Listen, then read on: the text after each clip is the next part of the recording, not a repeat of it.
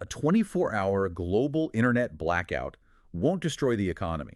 The exact moment the internet turns back on will. Yeah, you probably think digital infrastructure is this, untouchable, decentralized cloud hovering above us. It isn't. Right. Today, we are exposing a fatal cognitive distortion. We're going to reveal the hidden, hyper-centralized choke points that make a single day offline a catastrophic black swan event.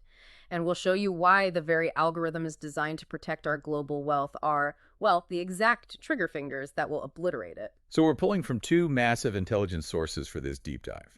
The first is a comprehensive analytical report called Internet Blackout, Economic Black Swan, and the second is the 2026 Alliance Risk Barometer.